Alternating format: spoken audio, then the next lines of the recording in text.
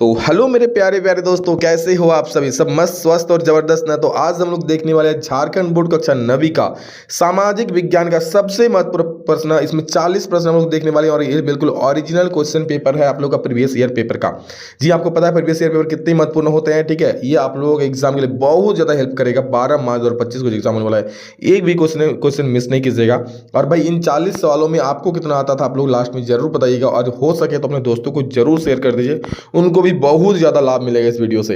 तो चलिए बिना देर के फटाफट से इस वीडियो को शुरू करते हैं। चैनल पर आप लोग पहली बार विजिट कर रहे हैं तो सब्सक्राइब कर लीजिएगा, क्योंकि पुराने बच्चे तो कर ही चुके हैं, तो आप लोग भी जल्दी से कर दीजिए ताकि आगे एग्जाम में तहलका मचा पाए। चलिए देखते हैं हर एक प्रश्नों को उसके उत्तर के साथ। देखिए इस प्रकार से कुछ रहेगा आप लोगों का सामाजिक विज्ञान एमसीक्यू टाइप, 1 घंटा 30 मिनट मिलेगा, 40 नंबर का रहेगा। सावधानी पूर्वक आप लोगों को ओएमआर सीट को पत्र को भरना है। ये सारे कुछ इंस्ट्रक्शन दिए गए हैं, इनको पढ़ लेना है। चलिए प्रश्नों को देखते हैं। सबसे पहला प्रश्न है, सन 1774 ईस्वी में बुर्बो राजवंश का लुई 16वां किस देश की गद्दी पर आसीन हुआ? 1774 में बुर्बो राजवंश के जो लुई 16वां राजा था ना, वो था आप लोगों का यहाँ पर फ्रांस की गद्दी पर। तो इसका सही उत्तर हो जाएगा फ्रांस, ठीक है। फिर फ्रांस की क्रांति होती है और इसको गद्दी से उतार दिया था 1789 में। यानी फ्रांस की गद्दी पर उस वक्त कौन बैठा था? 1774 में लुई 16वां, और इसको उतारकर नेपोलियन वहां का शासक बना था। अगला देखिएगा, जॉन लॉक ने राजा के दैवी और निरंकुश अधिकारों के सिद्धांत का खंडन अपनी किस पुस्तक में किया है? The treatises of government, the spirit of the laws, the social contract, या फिर equality in liberty and justice. तो इसका हो जाएगा the treatises of government. Option number 1 बिल्कुल सही हो जाएगा। अगला प्रश्न क्या है, देखिए, फ्रांस की मुद्रा को किस नाम से जाना जाता था जिसे 1794 में समाप्त कर दिया गया? तो फ्रांस की मुद्रा को किस नाम से जाना जाता था जिसे 1794 में समाप्त कर दिया गया? तो वो था दोस्तों लिब्रे। लिब्रे 1794 तक फ्रांस की मुद्रा थी, इसके बाद इसको बदल करके फ्रैंक कर दिया गया, ठीक है। अगला प्रश्न 4 नंबर देखिए क्या बोल रहा है, यूरोप में निम्न में से कौन सा समूह वंश आधारित शासकों की अनियंत्रित सत्ता का विरोधी था? यानी जो वंश आधारित शासक था ना भाई, राजा का बेटा राजा बन रहा है, उसका बेटा राजा, तो इसका विरोध करता था राष्ट्रवादी लोग, उदारवादी लोग, समाजवादी लोग कि नारीवादी लोग? तो उदारवादी लोग इसका विरोध करता था। ऑप्शन नंबर 2 बिल्कुल इसका सही उत्तर हो जाएगा, ठीक है। कि उदारवादी लोग समाज में बदलाव चाहते हैं, वो चाहते हैं कि लोकतंत्र का शासन हो, राजशाही शासन ना हो, इस वजह से उदारवादी इसके विरोध में थे। रूस में निम्न में से किस प्रकार की मांग को लेनिन की अप्रैल थीसिस के नाम से जाना जाता है? युद्ध को समाप्त कर दिया जाए, युद्ध को समाप्त किया जाए, सारी जमीन किसानों के हवाले की जाए, बैंकों का राष्ट्रीयकरण किया जाए। तो इनमें से सभी जो है ना, इनमें सभी अप्रैल थीसिस के नाम से जाना जाता है रूस का, ठीक है। इनमें से सभी इसका सही उत्तर हो जाएगा। ऐसे बता दो ठीक है। अगला देखिए, यूरोप में निम्न में से किसका विश्वास था कि पूंजीपतियों के साथ होने वाले संघर्ष में जीत अंततः मजदूरों की होगी? तो इसका विश्वास था कार्ल मार्क्स का। तो ऑप्शन नंबर 4 इसका बिल्कुल सही उत्तर हो जाएगा। अगला देखिएगा, निम्न में से कौन सा देश प्रथम विश्व युद्ध के दौरान मित्र शक्तियों के खेमे में शामिल नहीं था? जर्मनी, इंग्लैंड, फ्रांस के रूस। प्रथम विश्व युद्ध के दौरान मित्र खेमे में शामिल नहीं था, वो हो जाएगा आपका जर्मनी। ऑप्शन नंबर 1 बिल्कुल सही हो जाएगा। 8 नंबर देखिए क्या बोल रहा है, हिटलर ने जिस विचारधारा को जन्म दिया था उसे क्या कहते हैं? समाजवाद, फांसीवाद, नाथसीवाद कि साम्यवाद? तो इसको कहा जाता है नाथसीवाद। जी हाँ, नाजी पार्टी, नाथसीवाद, इसको याद रख लीजिएगा। तो इसको नाथसीवाद कहा जाता है। जावा में किस समुदाय के लोग कुशल लकड़हारे और घुमंतु किसान के रूप में जाने जाते थे? संथाल, कलांग, उच्च डच के सामिन? तो कलांग। जी हाँ, कलांग वाले लोग, वो लोग कुशल लकड़हारे के नाम से जाने जाते थे। वह वन अधिनियम के चलते गांव वालों की निम्न में से कौन सी गतिविधियां गैर कानूनी बन गई? घर के लिए लकड़ी काटना, पशुओं को चराना, कंदमूल फल इकट्ठा करना। तो जब वन अधिनियम लगा ना, तो उस पर ये सारे के सारे चीज़ों पर पाबंदी लग गई, गैर कानूनी हो गया। इनमें से सभी इसका सही उत्तर हो जाएगा।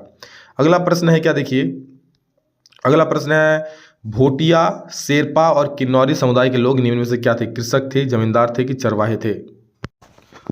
तो ये लोग था दोस्तों कृषक, जमींदार, चरवाहे की चरवाहे था, ठीक है। चरवाहे इसका सही उत्तर हो जाएगा, मजदूर भी नहीं होगा। नेक्स्ट क्वेश्चन देखिए क्या है, औपनिवेशिक सरकार ने अपराधी जनजातीय अधिनियम कब पारित किया? सही उत्तर हो जाएगा 1871 में। ऑप्शन नंबर 1 बिल्कुल सही उत्तर हो जाएगा। अगला प्रश्न देखिए, उत्तर में भारत देश को लगभग 2 बराबर भागों में निम्न में से कौन सी रेखा बांटती है? उत्तर में भारत देश को 2 बराबर भागों में बांटता है, वो होता है दोस्तों कर्क रेखा। ऑप्शन नंबर 2 बिल्कुल सही उत्तर हो जाएगा।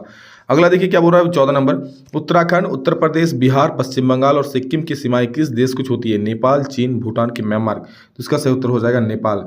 ये सभी देश की सीमाएं जो है नेपाल को छूती है, सिक्किम, पश्चिम बंगाल, बिहार, उत्तर प्रदेश, सारा, ठीक, उत्तराखंड। अगला प्रश्न है, तीस्ता तथा दिहांग निम्न में से किनके नाम है जो असम हिमालय का सीमांकन करता है। देखिए तीस्ता भी नदी है, दिहांग भी नदी है, तो ये नदियों के नाम है। ऑप्शन नंबर 3 बिल्कुल सही उत्तर हो जाएगा। अगला क्वेश्चन देखिए, भारत में हिमालय पर्वत की श्रृंखला में सबसे लंबी तथा सबसे महत्वपूर्ण श्रृंखला किसे मानी जाती है। धौलाधर, पीर पंजाल, महाभारत की शिवालिक। तो भारत में हिमालय पर्वत की श्रृंखला में सबसे लंबी जो महत्वपूर्ण श्रृंखला होती है वो पीर पंजाल कहा जाता है। क्या कहता है? पीर पंजाल कहा जाता है। ऑप्शन नंबर 2 बिल्कुल सही उत्तर हो जाएगा। नेक्स्ट क्वेश्चन देखिए क्या है। अगला प्रश्न है, भारत का कौन सा राज्य तथा नगर सिंधु तथा गंगा नदी तंत्रों के बीच जल विभाजक का परिस्थित है। भारत का कौन सा राज्य तथा नगर सिंधु तथा गंगा नदी तंत्रों के बीच जल विभाजक परिस्थित है। हरियाणा अंबाला, पश्चिम बंगाल हुगली, उत्तराखंड हरिद्वार के मध्य प्रदेश अमरकंटक हो जाएगा। तो हरियाणा अंबाला इसका सही उत्तर हो जाएगा। ऑप्शन नंबर 1 क्लियर है। अगला प्रश्न देखिए 18 नंबर क्या बोल रहा है। 18 नंबर बोल रहा है, निम्न में से भारत के प्रायद्वीपीय भाग की एक प्रमुख नदी कौन सी है जिसे दक्षिण गंगा के नाम से भी जाना जाता है। दक्षिण गंगा के नाम से कौन सा नदी को जाना जाता है। तो गोदावरी को। जी हाँ, गोदावरी को दक्षिण गंगा के नाम से भी जाना जाता है। अगला प्रश्न है 19 नंबर, महानदी गोदावरी कृष्णा तथा कावेरी पूर्व की ओर बहती हुई बंगाल की खाड़ी में गिरती है। ये नदियाँ अपने मुहाने पर किसका निर्माण करती है। तो अपने मुहाने पर ये डेल्टाओं का निर्माण करती है। डेल्टा जो नदी के द्वारा भागीरथी लाती है ना, वो होता है, तो डेल्टाओं का निर्माण करती है। अगला प्रश्न है हमारा, वन किस प्रकार का संसाधन है। मानव निर्मित, अजैव, नवीकरणीय, इनमें से कोई नहीं। तो मानव निर्मित तो होगा नहीं, ठीक है, अजैव होगा भी नहीं, ये नवीकरणीय संसाधन है। क्यों सर? क्योंकि इसका आप लोग बार बार प्राप्त कर सकते हो। भाई कुछ लकड़ी काट दो, नया पेड़ नया पौधा लगा दो, फिर वो बन जाएगा। तो ये नवीकरणीय संसाधन है। ठीक है। अगला प्रश्न देखिए, वन क्षेत्र निम्न में से किन कारणों से कम हो रहे हैं। वन क्षेत्र ऐसे कम हो रहा है, लोग काट तो रहे हैं बट लगा नहीं रहे हैं। तो वन क्षेत्र निम्न में से किस कारणों से कम हो रहा है। उद्योग के विकास होने के कारण, शहर की परियोजनाएं लागू होने के कारण, या फिर किसी के लिए भी अधिक क्षेत्र की मांग होने के कारण। तो इनमें से सभी इसका सही उत्तर हो जाएगा। इस वजह से वनों की कमी थोड़ी सी हो रही है पहले से। अब देखिए अगला प्रश्न क्या है, निम्न में से कौन सा कारण भारत के उत्तर पश्चिमी भाग में शीत ऋतु में होने वाली वर्षा के लिए उत्तरदायी है। तो पश्चिमी विक्षोभ, चक्रवाती अवदाद, मानसून की वापसी, या फिर दक्षिण पश्चिम मानसून। तो इसका हो जाएगा पश्चिमी विक्षोभ के कारण जो होता है शीत ऋतु में वर्षा होती है।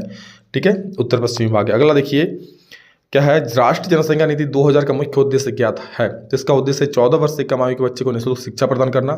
दूसरा उद्देश्य है शिशु मृत्यु दर को कम करना। और तीसरा है टीकारोधी बीमारियों से बच्चों को छुटकारा मिला। यानी इनमें से सभी इसका सही उत्तर हो। इसे मैंने कहा जब भी देखना इनमें से सभी है तो 99% केसेस में वही वाला उत्तर सही हो जाता है, 90 इनमें से सभी वाला। अगला देखिए, लोकतंत्र के लिए निम्न में से किसका होना जरूरी माना जाता है। एक दलीय प्रणाली, स्वतंत्र एवं निष्पक्ष चुनाव, अनियमित चुनाव की प्रेस पर सरकारी नियंत्रण। तो ये हो जाएगा स्वतंत्र एवं निष्पक्ष चुनाव। अगर स्वतंत्र और निष्पक्ष चुनाव हो रहा है तो कह सकते हैं भाई लोकतांत्रिक है। अगला देखिए क्या है, चीन की संसद को किस नाम से जाना जाता है। तो उसको बोलते हैं नेशनल पीपुल्स कांग्रेस, यानी कि कांग्रेस के नाम से जाना जाता है। ठीक है। दक्षिण अफ्रीकी गौरव की सरकार ने नेशनल मंडेला पर किस प्रकार का मुकदमा चलाया था। देशद्रोह का, नैतिकता का विरोध, की भ्रष्टाचार, या फिर वित्तीय मामलों के विरुद्ध। तो नेल्सन मंडेला पर जो गौरी चमड़े का लड़ाई हो रहा था, गोरे और काले का, तो देशद्रोह का मुकदमा चला दिया। तो ऑप्शन नंबर 1 सही हो जाएगा। अगला 27 नंबर देखिए क्या बोल रहा है। 27 नंबर बोल रहा है 1950 से ही दक्षिण अफ्रीका में रंगभेद के खिलाफ निम्न में से किसने संघर्ष किया। तो अश्वेत ने किया, रंगीन चमड़ी वाला ने किया, भारतीय मूल के लोगों ने किया, फिर इनमें सभी। तो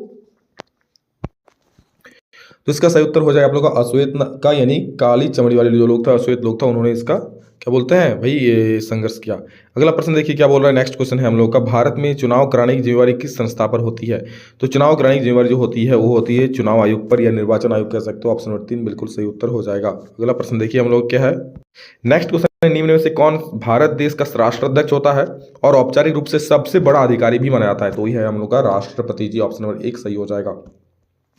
नेक्स्ट 30 नंबर देखिए क्या बोल रहा है। 30 नंबर बोल रहा है, भारत में निर्वाचित प्रतिनिधियों की राष्ट्रीय सभा को क्या कहा जाता है। भारत में निर्वाचित प्रतिनिधियों की राष्ट्रीय सभा होता है, उसको बोलता है संसद। संसद में जो 543 लोग चुनकर जाते हैं ना, वो उसी को कह रहा है। अगला देखिए, निम्न में से कौन और जनप्रतिनिधियों की ऐसी सभा मानी जाती है जिसके पास देश का कानून बनाने, कर बढ़ाने, बजट बनाने का विशेष अधिकार प्राप्त रहता है। कार्यपालिका, विधायिका, न्यायपालिका, या फिर स्थानीय सरकार। क्या बोल रहा है, जनप्रतिनिधियों की ऐसी सभा, जनप्रतिनिधि, ठीक है, जो लोग जिसको चुनकर भेजते हैं, जो जन लोगों का प्रतिनिधि होता है, जिसके पास देश का कानून बनाना, कर बढ़ाना, बजट बढ़ाने विशेष अधिकार होता है। कार्यपालिका भी न्याय होगा नहीं, न्यायपालिका भी नहीं होगा, स्थानीय सरकार भी नहीं होगा। क्या हो जाएगा, विधायिका लोग, जो संसद विधायक लोग होते हैं ना, वही लोग। लोकतंत्र में प्रत्येक नागरिक को निम्न में से कौन अधिकार प्राप्त रहते हैं। अपने मत का प्रयोग करना, चुनाव लड़कर प्रतिनिधि चुनना, अपने विचारों को व्यक्त करना है। तो इनमें से सभी इसका सही उत्तर हो जाएगा। क्लियर है। नेक्स्ट क्वेश्चन देखिए, अगला प्रश्न क्या बोल रहा है। तो बोल रहा है, वोट देने के अधिकार को किस प्रकार का अधिकार माना जाता है। सामाजिक अधिकार, सांस्कृतिक अधिकार, राजनीतिक अधिकार की सार्वजनिक अधिकार। तो ये आप लोग का हो जाएगा राजनीतिक अधिकार। ठीक है, ये राजनीतिक अधिकार है भाई। वोट देने का अधिकार क्या कहलाता है, राजनीतिक अधिकार। नेक्स्ट, पालमपुर में विभिन्न जातियों के कितने परिवार निवास करते हैं? पालमपुर में विभिन्न जातियों के 450 परिवार निवास करते हैं, अलग अलग प्रजाति के 300 450 सही उत्तर हो जाएगा। अगला है, निम्न में से उत्पादन के लिए किन चीज़ों का होना जरूरी माना जाता है? तो उत्पादन के लिए भूमि, श्रम, भौतिक और मानवीय पूंजी, तीनों का होना। भाई उत्पादन, बिना भूमि का उत्पादन नहीं होगा। आप लोग श्रम नहीं करो, मेहनत नहीं करो, होगा नहीं होगा। भौतिक और मानव पूंजी, पैसा का भी जरूरत है तभी होगा। इनमें से सभी का उत्तर सही हो जाएगा। नेक्स्ट आप लोग का है, शहरी क्षेत्रों में अधिकांशतः किस प्रकार की बेरोजगारी पाई जाती है? तो शहरी क्षेत्रों में ज़्यादातर शिक्षित, यानी लोग शिक्षित रहते हैं बट रोजगार नहीं मिलता, इसलिए वो शिक्षित बेरोजगारी पाई जाती है। अगला देखिए क्या है, हरित क्रांति का संबंध निम्न से किससे है? तो हरित मतलब हरा भरा, तो हरा भरा मतलब भाई कृषि उत्पादन हो जाएगा ना, कृषि उत्पादन से संबंधित है। 38 नंबर है, भारत में निर्धनता का प्रमुख कारण क्या है? निर्धनता का प्रमुख कारण जो है ना, भूमिहीनता भी है, बेरोजगारी भी है और शिक्षा भी है। इनमें से सभी इसका सही उत्तर आप लोग को पहले भी हम बताएंगे वाला। 39 नंबर, राष्ट्रीय ग्रामीण रोजगार गारंटी अधिनियम वर्ष में कितने दिनों के रोजगार उपलब्ध कराने की गारंटी प्रदान करता है? तो ये दोस्तों वर्ष में 100 दिनों की रोजगार प्रदान करने की गारंटी उपलब्ध करवाता है। अगला और अंतिम प्रश्न है, बफर स्टॉक योजना का मुख्य उद्देश्य क्या है? तो इसका जो मुख्य उद्देश्य किसानों का समर्थन करना, भोजन की कमी की समस्या को दूर करना, लाभ कमाने के लिए को भंडन करना या फिर बिचौलियों को प्रोत्साहन देना। तो किसानों का समर्थन करना, भोजन की कमी को समस्या को हल करना, तो इसका मुख्य उद्देश्य हो जाए भोजन की कमी को दूर करना, यानी ऑप्शन नंबर बी 2 इसका सही उत्तर हो जाएगा। तो ये था दोस्तों टॉप 40 प्रश्न आप लोग एग्जाम के लिए प्रश्न को देख लीजिए, बहुत इंपॉर्टेंट एग्जाम के लिए। बाकी आप लोग का इंग्लिश हिंदी भी रिकॉर्ड अपलोड हो रहा है, मैथ साइंस का लाइव हो रहा है। जो सबको देखिए एग्जाम की तैयारी में 4 चांद लगा दीजिए भाई, जो पढ़ोगे वो आगे जरूर पढ़ोगे, ठीक है। और अगर एग्जाम में पढ़ना है तो बेसिक नॉलेज में पढ़ना है, सभी को शेयर कर दीजिए, पढ़िए अच्छे से। और वीडियो अपलोड होगा, चिंता मत कीजिए, देखिए उसको और एग्जाम में भाई फोड़ दीजिए। चलिए इस वीडियो में इतना ही, मिलेंगे दूसरा जल्दी, तो जय हिंद, वंदे मातरम।